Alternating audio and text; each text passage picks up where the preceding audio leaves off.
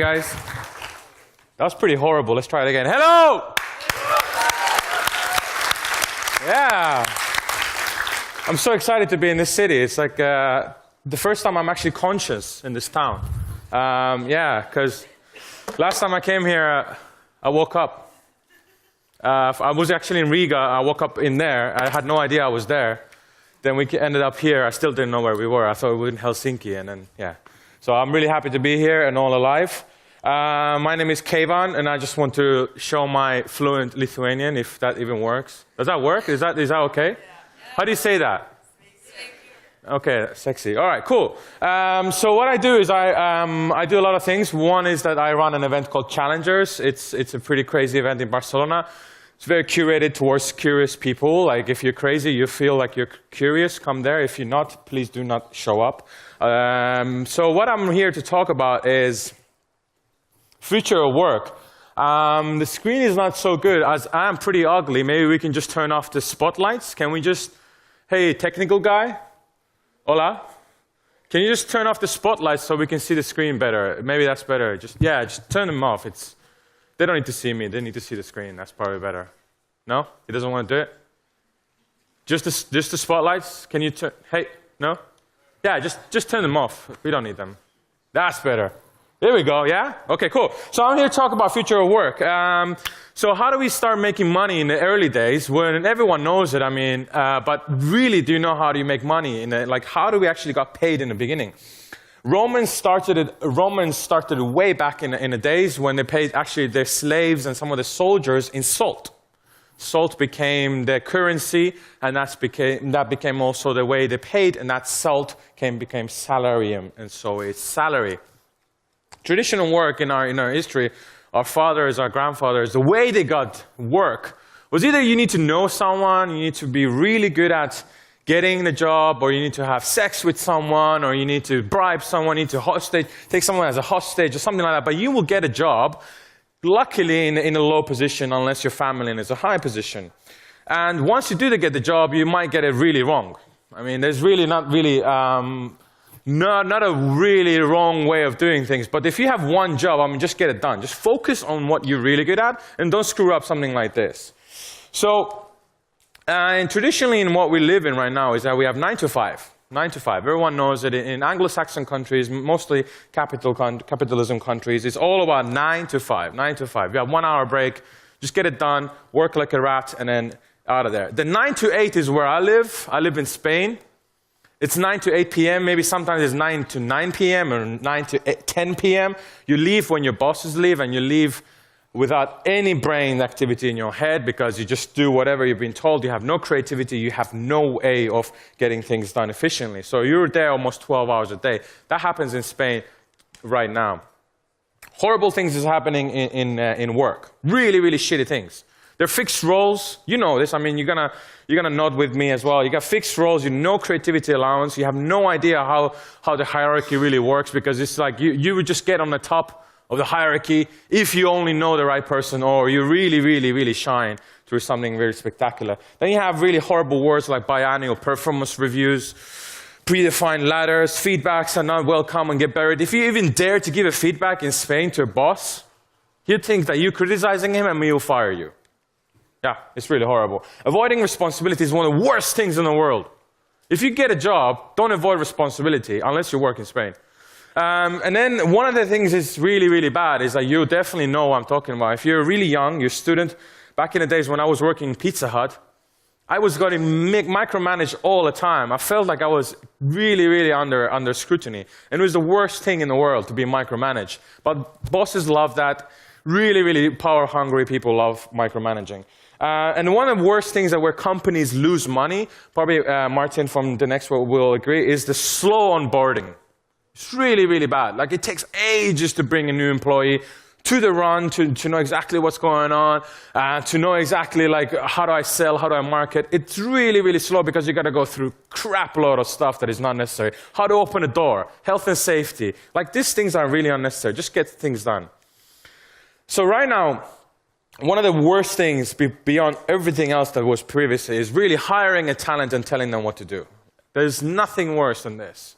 If you're really good at football and you get hired by a football company to be your star, like your Ronaldo of your team, and imagine the coach tells you, no, do not shoot with the right foot, just do the left one. And that's telling the talent what to do. And that's where Steve Jobs was really good. He hired people who were smarter than him, and they told Steve what to do. This is happening all the time, guys, all the time. Again, Spain is a marvelous, marvelous example of this. They will hire talent, they pay them tons of money. Italy also, Southern European countries are very famous for this. They will hire a really, really good talent, pay him shitloads of money, and then they will tell him what the guy will do, and the talent is just wasted. And one of the other things that's really, really bad is dying in meetings. Don't go there to die. Just don't do meetings unless there's a reason for that. I mean, if someone asks you for a meeting, you can ask what's the purpose of it. It's okay. And then actually lay down a whole plan. Hey, I want to meet because of this, this, this. I hope we can achieve this, this, this. It's really good for both sides to know exactly what's going on in the meetings. I don't know, the screen is not doing justice for this really, really good chart. I mean, it's basically about dying in meetings if you're lonely, organizing them. So this is the video I was hoping I could show.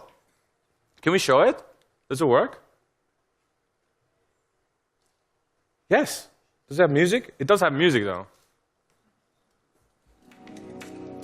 It has music. Almost. Anyway, I could do the music. So as you can see, all the things that are on desktop, all the things that were hanging on the wall are right now going to a laptop. The newspaper, the cameras, how to do books, your contacts, your everything that is, even the photos, your everything except basically the only thing, hey, better late than never, right? So basically everything that is there is going right to your laptop and your phone. The only thing that stays still there is the glasses. I mean, the time where someone figures out an app where we can wear sunglasses through an app, that would be awesome. But so this is what's happening right now, and it's not really, it's like 10, 15 years. This happened in 15 years, so imagine what the future holds. So the way the future is going to go right now, we had a 1.0, which we were traditional jobs. You went to the factories, you got the jobs through factories, or just waited outside. Second thing is you found out a little bit more online, like online came through. The newspapers went a little bit to online. Now you started getting jobs through some agencies. And then the work 3.0 is where LinkedIn comes in, you have Facebooks, you have all these new medias where you get jobs. By the way, if you guys are not active on LinkedIn, or LinkedIn, whatever you call it here, be active on LinkedIn. It is the best tool you can have for getting a job. And second thing, if you don't want a job, but you're an entrepreneur, get a freaking good LinkedIn writer, or go online and copy every single LinkedIn employee's profile and just adapt it to your style. This is the best tool in the world to get a job. You have a kick-ass LinkedIn profile, you have it open to the public so that everyone can get in touch with you. Put your email in there, even phone number. It's totally cool. Trust the system. And really, it is the best tool you can have to get a job. Because everyone will, as soon as someone will Google your name, they will actually go straight to LinkedIn profile of yours. So get that sorted right now. But not right now, but like later. Listen to me first and then later. So all this stuff are really cool. But what really rules is working from the beach in Spain or in Italy or Caribbeans. And you can do this. Entrepreneurs these days run their businesses from multiple offices. And they're not even offices. They can be any place in the world, like cafeterias, anywhere. In the beach, you don't even need an internet connection. You can just write up every email you have in a draft. And then once you get an internet connection, just shoot them all off one by one. Or get a Boomerang, which is a really cool app on your Gmail. Boomerang is awesome. You get Boomerang and you can schedule the emails. Or you get, for example, HubSpot Sales. HubSpot has an amazing, amazing CRM system. If you install it in your Gmail, you know exactly who opens your email at what time.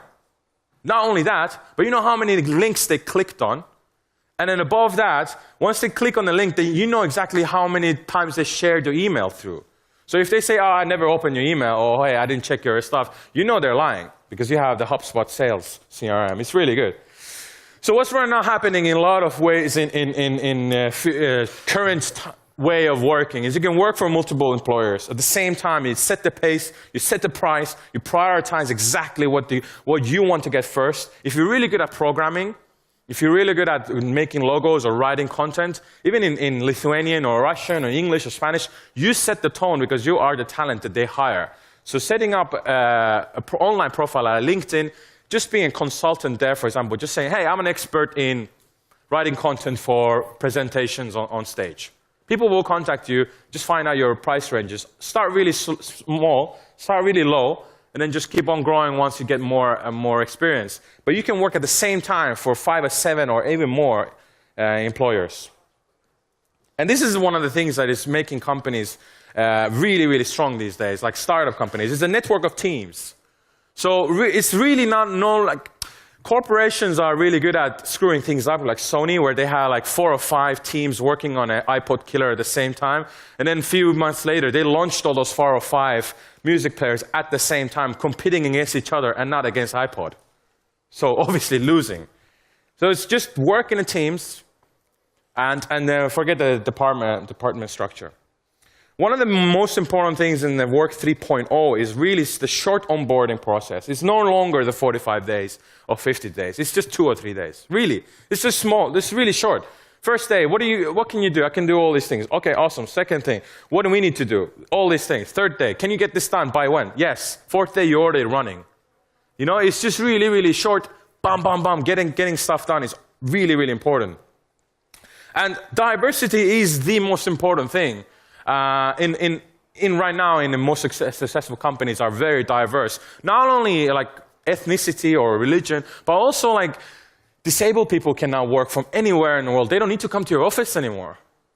They don't need to do that. I mean, you don't need to say like, okay, people with Down syndrome, they can be amazing creative people. They can work for you from anywhere in the world. They can get stuff done at any time. You need to trust the system. Allow people from diverse cultures to actually inject value to your company. It's really, really that simple. Internet is the most democratic tool in the world. So there are a few things in 3.0, the Work 3.0. I'm getting to 4. It's just that there's a freelancer mode, which is really simple. And the freelancer mode is really important. What you're reading right now is true. There are people actually on these platforms like freelancer.com and 99 Designs. They're making more money than a lot of executives can make. This guy is from India. That's his last year, by the way. He made $1.5 million from home, designing logos. Yeah, from home, in his underwear. And he hires now 40 people in India to do the logos for him. Yeah. So there are people who actually pay like $5,000 for a logo that is like, you know, the Airbnb or Beats logo, which is stolen from an old book in the 70s. But there are people who pay $4,000 or $5,000 for a startup logo that is completely crap. Get on Freelancer, pay like $30, and this Sanjay from India will make it for you, and he will make money, and you make a great logo. So go on freelancer.com.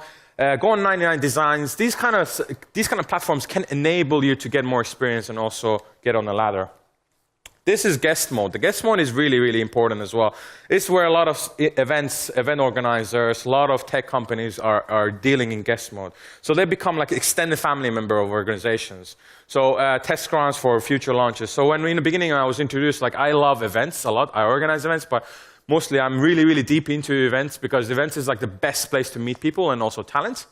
So you also become like a brand ambassador or like a cheerleader for events. So love the events, like become cheerleader for logging wherever you go. Like talk about your event, like it's like yours. Talk about logging like it's yours. And then you become like part of the family. That also enables a lot of traction. It brings a lot of interest to the region. That's how Slush in Helsinki grew from 300-person event to about 16,000 that is going to be this year. It is one of the most amazing events in the world, and that's because the entire community talks like Slush is theirs. That's really important. Own what you love. One of the most amazing people in the world in terms of business is this lady. She is the highest paid person in Apple above the CEO. Why? Because first of all, she ran Burberry, where Burberry was this luxury brand which was really crap at selling online. She came along, she revolutionized everything, took the future of work approach, applied that to Apple's system.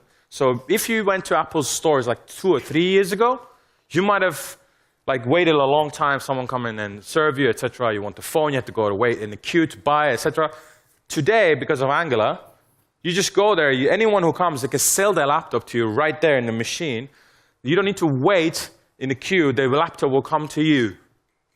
That's optimization at its best, and that's why she got paid $73 million last year. Entrepreneur mode is like the Google mode. It's really, really complex, but Google loves it. If you guys are interested in going into it, that's how Google is becoming a very, very successful company even more. All right, so here we go. This is the 4.0.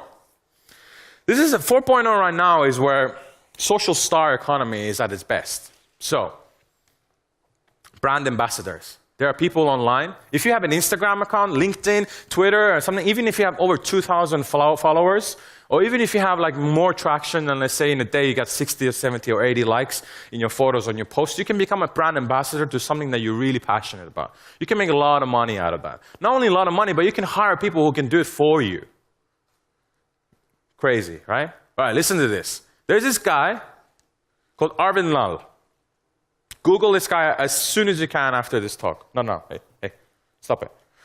So, Arvind Lal is an awesome guy, but almost a year and a half ago, he had nothing. He had absolutely nothing. Now he has an empire where he's, I think, 2.5 million euros profit a year just through Instagram. He has this product where he's just like a powder for gym enthusiasts. He just takes photos out of it, goes to the gym, he has people take photos out of it, talk about his product, and gets a lot of money. Not only him, but he enables people to also earn a lot of money. So the future of work is really about like how you maximize the amount of exposure you can get online. So when you guys are now on Facebook, you put photos of this event and stuff like that, think about how would I add value to the reader of where I am right now. It's easy to do the duck face and, you know, when you do the girls do the ass thing and same image every freaking day. And you know, think about next time when you're about to do that silly move, just write like really interesting stuff, like what you discovered today, that, you know, what did you learn today? And if you make that public, that post, or you put hashtags on it or a certain type of tag on it, people will notice and those companies will notice. Right? And you can become that niche's leader. You can, even if you have like 10 likes or even 20 conversations, you can become the leader of that segment. It doesn't mean you become a millionaire, but that means that you attract more interest. You make your own job. So this is where we come. Fuck, that is awesome. So the Work 5.0, it's all about virtual reality. This is where we're becoming like Demolition Man about 20 years ago when that movie came out, or we're becoming really like focusing on something that is not real, but it is real at the same time. And it's not all about porn. I mean, porn is really huge driver of this. It seriously is. I mean, Pornhub, no matter, I mean, don't even pretend you're not watching it, but it's like Pornhub is the biggest driver of virtual reality. It's ridiculous. And if you have a chance to try it, I mean, you just really have to like open your mind, because in 20 years' time, all your children will be watching porn through these glasses. All of them. Maybe even your grandfathers. It's horrible. But the thing is, like, virtual reality is not only about porn, it's also about enabling a lot of distance workers. So I'll give you a really good example.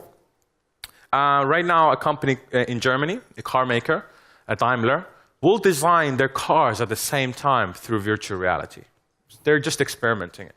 So imagine one of the designers is in San Francisco, another one in Tokyo, and they're all wearing these goggles, and they can all touch and move the pieces at the same time.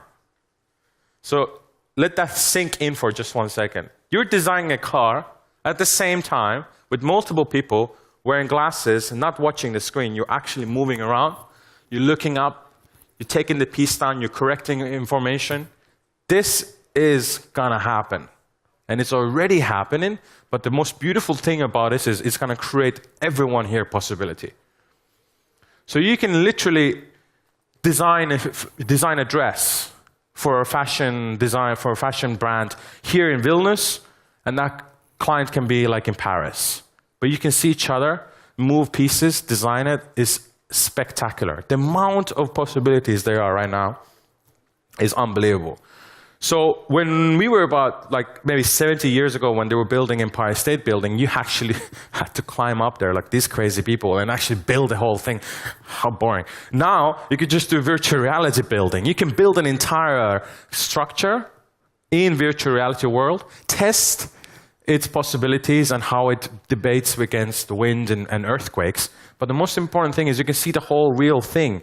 Basically, if you look like the building up, you can see the exact measurements of it. How is this important? Well, it's really important because, first of all, you save a lot of money. So you can pay the employees better. Right? Second thing is you can really search for the new innovation models, not only in architecture, but in infrastructure. Right?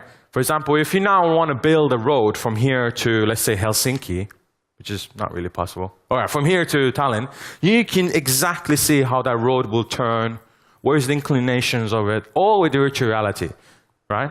So this is the brave new world that we're trying to bring together in Challengers this year, and you're all welcome to join us, where you will see the first time in the world a machine like this. This is perhaps one of the most sexiest things in the road right now. It's amazing. It's called F015.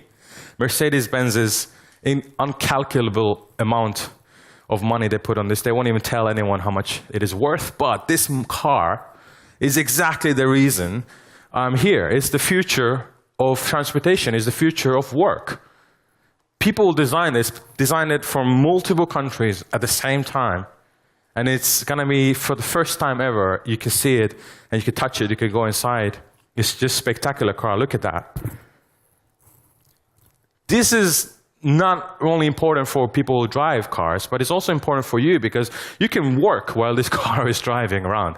You know, the driver is just there, one push of a button and it turns around, and you look at each other, you can work. On your way to your job, you can already get stuff done, and you will avoid all the traffic because the car is smarter than you. Also, they're working on all the other stuff as well, like the trucks and stuff. But anyway, so future work is very simple. It's much more fun together, much more fun. Don't be isolated in little silos. Get a little bit more active with your profiles online. The way you get now jobs online is not only like you apply with hundreds of CVs, like same CV, just apply. Personalize a little bit. Make it different CVs for different people, have it available in different levels. And the most important thing is make sure that you have approach correctly, like your online profile, not only your business profile, but also your social profile is correct for what you want to achieve. If you're like 20 years old right now, and in 10 years you want to be Chief Innovation Officer at Mercedes-Benz Group, you have to love cars somehow. So make it shown that you like cars. Experiment new technology like virtual reality. If there's a startup here that is showing goggles, do try them and ask questions like how can this help me to get a job? Or how can, as a company, how can I maximize my talents? Can I get like 10 people with virtual reality goggles around the world traveling for me and recording everything and then showing me how to design a better tourism experience? Because it's possible. Or if you're into porn, I mean, that's another thing. All right, cool. This is me. Feel free to add anything you want online. If you want to come to Challengers, just drop me an email, say you're in login, and we give you a good discount, and you can come party with us. Otherwise, muchas gracias. Thank you very much. Thank you. Just a minute. Just a minute. Let's get some questions while people are still moving. Let me start. So, as a co-founder of a startup who's working remotely, I've tried working from a beach, and it's freaking hard. Yeah. There's a lot of distractions. Yeah. On a more serious note, do you have this feeling that remote work is great, then you have something more of a maintenance work to do, then you don't have to come up with something super creative in a team? Yeah. Because for creativity you need a lot of collaboration, yeah. Person to person. What's your take on that? The most important thing is to just focus on like not the most urgent things, but the most important things. Like there is a difference there. So if you work from the beach and you just like you write an email, just focus on that email for like maybe a section of a time, like 5 to 10 minutes, but not the entire hour. Work, put it in a draft, come back again like to it in a 1 hour, so you can see exactly how good your work was. So when you work from the beach, it's really difficult to just shoot stuff away, like it might be crappy, you know. All right. Any questions from the audience, which is all leaving? Moving around really heavily. Any questions? Do we have I guess, yes.